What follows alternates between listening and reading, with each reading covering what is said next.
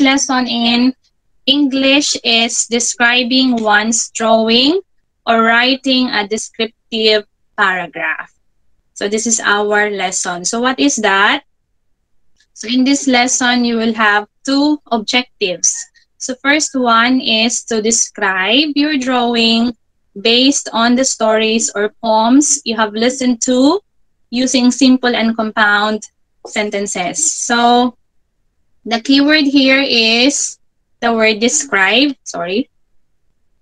Okay, describe. So when we say describe, that means to tell in detail about something either in talking or in writing. Next one, another objective is write a short descriptive paragraph from the stories read or listen to. So the keyword there is the word descriptive. So when we say descriptive, kids, that means giving in details or something that describes. So the first one in your module is this one, under what I know is the story or the poem rather. The poem entitled Brooms. Okay? So I will be the one to read first the poem, then later on I'll be asking maybe one pupil to read it again. Okay? So please listen to teacher. So Brooms. This is by Dorothy Aldis, the author of this poem. So on stormy days, when the wind is high, tall trees are brooms sweeping the sky. They swish their branches in buckets of rain and swash and sweep it blue again. Okay. So there are some questions that you need to answer based on the poem. Okay, the first one is, what kind of day is being talked about in the poem? You can use the chat box. Use the chat box if you want to answer. Again, what kind of day is being talked about in the poem? Okay. So I will be showing again the poem. So at the count of 5, 1, 2, 3, 4, 5. Let's answer. Okay, very good. I can see a lot of answers. Okay, good job. The correct answer is stormy days. Okay, the day that being described in the poem is stormy. Okay, very good. Number 2. To what are the tall trees compared? To what are the tall trees compared? Let's show the poem again. 1, 2, 3, 4, and 5. Let's see if your answers are all correct. Okay, very good. So the answer is brooms. Diba? You can see there in the poem, tall trees are brooms. Ayan, this one. Tall trees are brooms. Very good. Next, number 3. What part of the tree looks like a broom? What part of the tree looks like a broom? Let's see if you got it right. What part of the tree that looks like a broom? Okay, so there's a lot of answers. Very good. Okay, the answer is branches. Ayan, they swish their branches. Look, so diba their branches looks like a broom. Very good. The correct answer is branches. Next one. What do the branches seem to sweep? What do the branches seem to sweep? I hope all the kids are the one who's answering the question, huh? What, again, what do the branches seem to sweep? Okay, sweep. One, sweep. Okay, browse again the poem, then find the answer. Sky. Okay, sky. Some of the answers are sky. Any other answers? On the stormy days, in stormy days when the wind is high, tall trees are brooms sweeping the sky. Okay. They swish their branches in buckets of rain and swash and sweep it blue again. Correct answer is tall trees are brooms sweeping the sky. So the answer is sky. Very good. So almost all your answers are correct. So this is an example already of descriptive details. Okay? Wherein you get information from the poem you read, you get details from the poem that you read, and you'll be able to answer the questions here from 1 to 4, the details that describes mainly about poem. Okay? So what we did actually is already a descriptive paragraph. We described already a descriptive paragraph. Okay, moving on. So of course, the first thing that you need to understand or to learn so that you can describe and write about descriptive paragraph is to know what is a sentence. That is why the first lesson that we are going to have right now is mainly focused on sentence. So the key word for sentence is complete thought. Okay, this is the meaning of a sentence. So a sentence expresses a complete thought. Okay, a complete thought. What is that? So you understand already what is complete, right? You are familiar with the word complete, di ba? It's a common word for us. Even grade 1, they know what is complete. Okay? So what is thought? Thought means we're talking about ideas here. So when we say complete thought, that means you understand.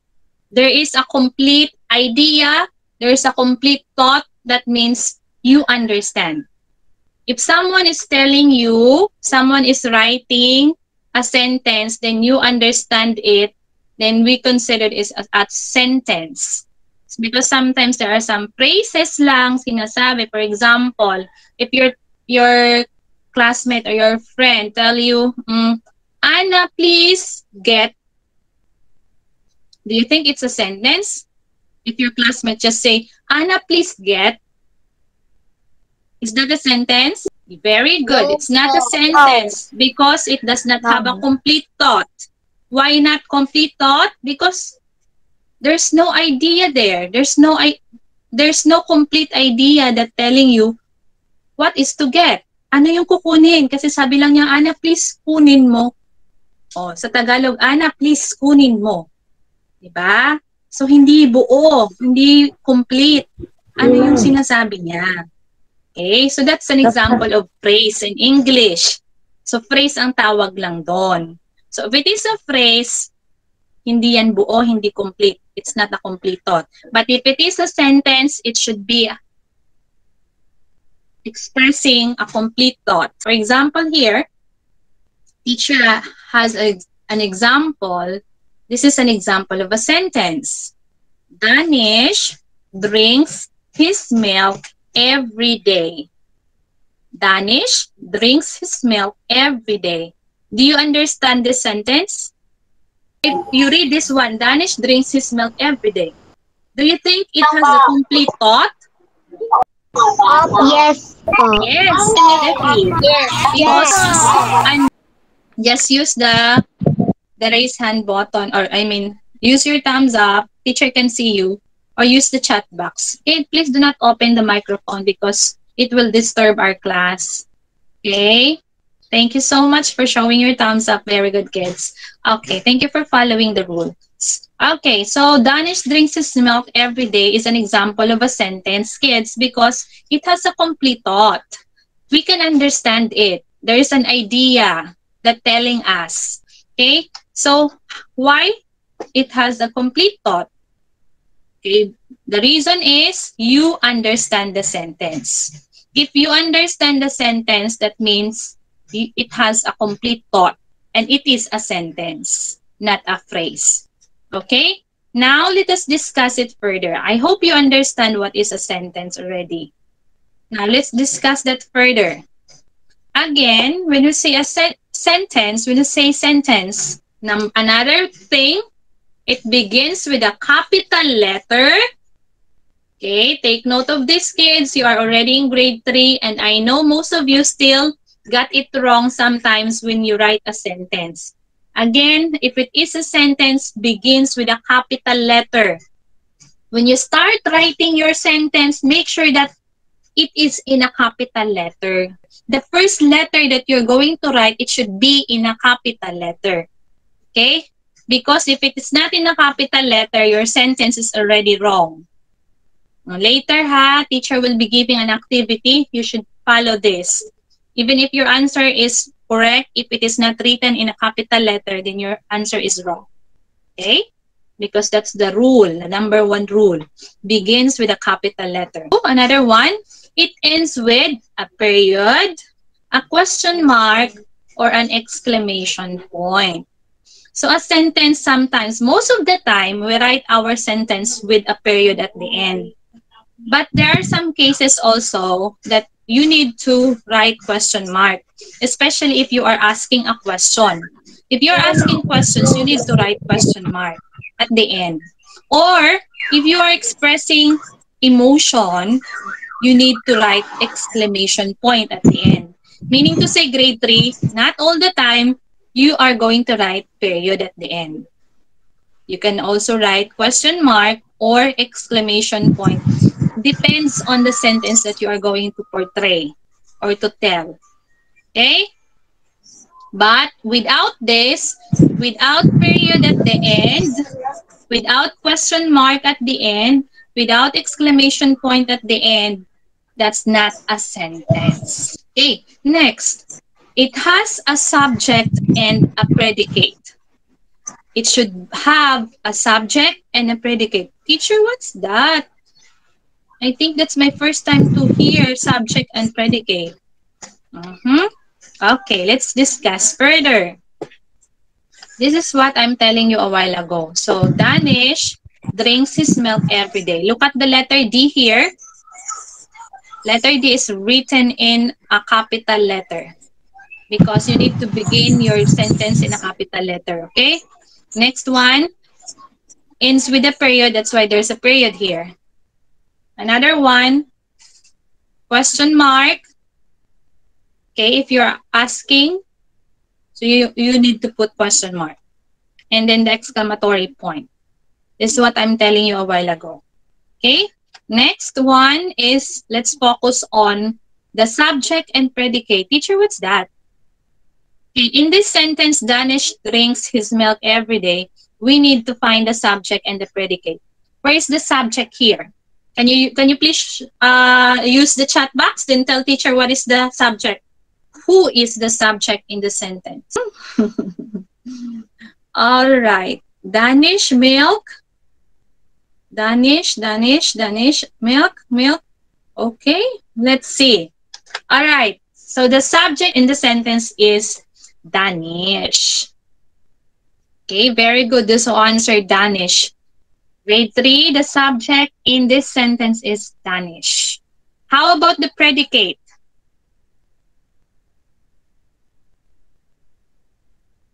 Predicate. What is the predicate in the sentence? Okay, predicate should, it could be only one word or it could be a phrase. Okay, drinks. Okay, drinks is accepted, but you can also use drinks his milk every day. Okay, very good. So, Danish is the subject in the sentence and drinks his milk every day is the predicate. Then you will ask teacher, why teacher? What do you mean by subject? Okay, so thank you for your answers. Let's proceed now. Go back to the PowerPoint presentation of teacher. So what is a subject? Kasi kanina, some of you are answering milk. Why is milk a subject? Milk is not a subject in the sentence. Let's find out what is the subject. A subject is what the sentence is all about. It could be a name of person, place, or idea. Okay? So when we say subject, kids, this is the one in the sentence or paragraph or even in the story that we are reading or talking about. It should be all about that person or that place or idea. So, meaning, siya yung bida. Okay? So, subject is who. Kung person yan, who is all about in that sentence? Who are we talking about? what place we are talking about, what idea we are talking about in that sentence. So in the sentence, Danish drinks his milk every day. It is Danish that we are talking about, right? It's not about the milk. It's about Danish. Si Danish ang pinag-uusapan natin sa pangungusap. Hindi ang milk. Si Danish. Alright? That's why Danish is the subject. So, again, a subject could be a person like Danish. Danish is a person.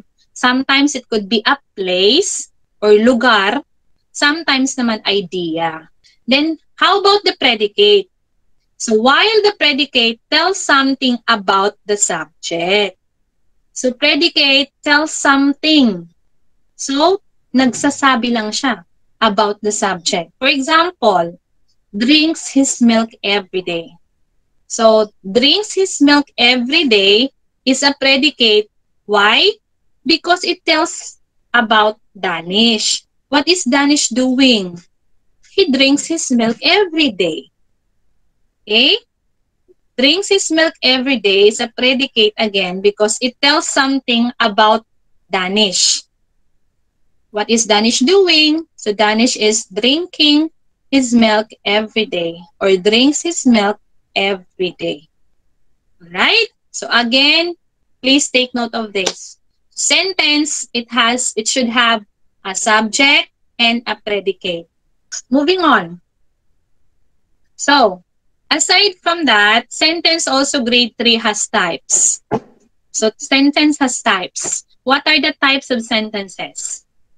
So, we have two. Take note of this. We have simple sentence and compound sentence. Oh, this is new to you, right? Bago ito. So, pakinggan si teacher. What is a simple sentence? Again, there are two types of sentences, ha? Simple and then compound. It's very easy, promise. You just need to listen to teacher.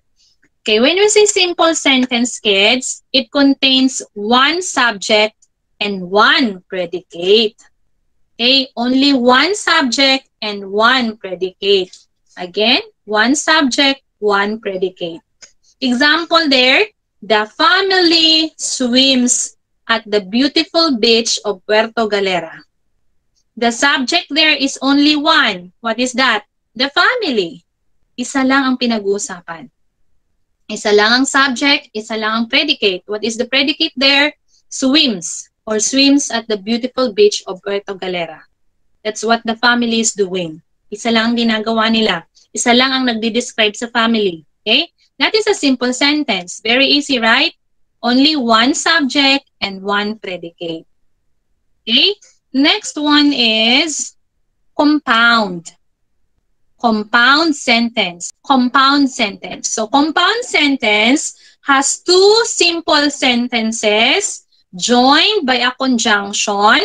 What are the conjunction, kids? We have for, and, nor, but, or, yet, and so. And it has two subjects and two predicates. Yun yung compounds. Two simple sentences, then two subjects, then two predicates. So simple kanina, there only one, right? One subject, one predicate. In compound, we have two. Example here. Ella entered the cottage and she felt the cozy breeze of the sea. Okay? This is a sentence. Isang sentence lang yan, pero tinatawag natin na compound sentence. Why? Because it has two simple sentences. The first one is, Ella entered the cottage. That's the first. Okay? You understand? You can understand that. Ella entered the cottage. It's a complete thought. Another one, she felt the cozy breeze of the sea. Another sentence. So how many simple sentences do we have already? One and another one. So we have two. Dalawa na sila. Now, it has also two subjects. Why? In the first sentence, Ella entered the cottage. The subject there is Ella, right? We have one subject. In another simple sentence, she felt the cozy breeze of the sea. The subject there is she. She, the pronoun she. Okay? Which is also Ella yun. So, but we have already two subjects. The predicate there is in the first sentence, entered. Entered the cottage. That's the first predicate. In the second sentence, felt. Felt the cozy breeze of the sea. So, that's why it's considered as compound sentence. Dalawang simple sentence. Ella entered the cottage. She felt the cozy breeze of the sea is another sentence. So, simple sentence plus simple sentence is equivalent to compound sentence. If there are two simple sentences already, in one sentence alone, then it is considered as compound. And do not forget the conjunction. So here there is a conjunction. That is that conjunction that joined the sentence together. And that's the word end. Now let's proceed to the descriptive paragraph. Since you already know what is a sentence, now you can write or you can describe a paragraph, or that's what we call descriptive paragraph. Allow me to speak Tagalog. Kung alam niyo na yung sentence, alam niyo na kung paano maggawa ng sentence, alam niyo na kung paano isulat yung sentence, yung proper way of writing a sentence. Now it's the time that you can do descriptive paragraph. So alam mo na kung paano gawin ng descriptive. So what is a descriptive paragraph? Next, a descriptive paragraph is composed of a topic sentence and supporting sentences with describing words. Later, teacher will be showing you what is topic sentence and descriptive sentences with a picture so that you can understand it properly. So when you see a topic sentence, it is a sentence that contains the main idea. What is main idea, teacher? Teacher will discuss that further. Okay, supporting sentences are statements that elaborate the main idea. Okay, example. Okay, before that, we need to describe first what is a descriptive paragraph. Okay, when we say descriptive paragraph first, kids, number one, describes how something or someone looks or feel. So when you write a descriptive paragraph, you can show your emotion. For example, when you write, this is my first time to attend my English class. I feel so excited and nervous as well. You are writing as descriptive paragraph there. Why? You express your emotions, yung nararamdaman mo. Excited and then nervous. Excited ka at the same time, medyo kinakabahan. Okay? That is descriptive paragraph. Another one, include how the writer feels, writer's impression. So you can express your own feelings and your own opinion. For example, sasabihin mo, I want to learn more, but I think it's hard. English subject is quite hard. You can do that. You are expressing your own ideas, your own emotions. Next, creates a sensory image on the reader's mind. It paints a picture with words. Okay, sometimes, di ba, you have, before you say something, you have already ideas in your mind. Especially if you kids, you have a lot of imaginary ideas. Di ba, when you play, marami kayong ideas in your mind na, this is what I want to do. This is what I want to look like. This is what I want to play with my friends. If you are thinking that way, so you are doing already a descriptive paragraph. Okay? Another one, descriptive paragraphs let the reader touch, taste, see, hear, and smell what you are describing. Okay? If you are saying, I love sweet mango. Sweet mango is very yummy. Its color is yellow. It tastes like a sugar because it's very sweet. smells very fragrance, like that. So if you are telling about how it is tastes like, the color, the smell, even the texture, then you are already writing a descriptive paragraph, kids. Okay? Another one, a successful description uses vivid vocabulary, including colorful adjectives and a lot of descriptive details. Okay, when you write a descriptive paragraph, use a lot of adjectives. So that's how you write descriptive paragraph. Okay? Now, what is a descriptive paragraph? Oh, look at the picture, everybody. Eyes on the screen. So that you understand the parts of descriptive paragraph. So descriptive paragraph, first, it has a topic sentence. When you say topic sentence, kids, that is the main idea. When you say main idea, that means what is your sentence all about? What is your paragraph all about? It gives you already the idea what is the paragraph all about. Pagbasa mo, allow me to speak Tagalog. Pagbasa mo pa lang sa unang part na yan, malalaman mo na ang paragraph na to is about cats. About how cats are very good pets for several reasons. Oh, that is the topic sentence. So your topic sentence should be at the beginning. Nasa unahan pa lang, ilalagay mo na.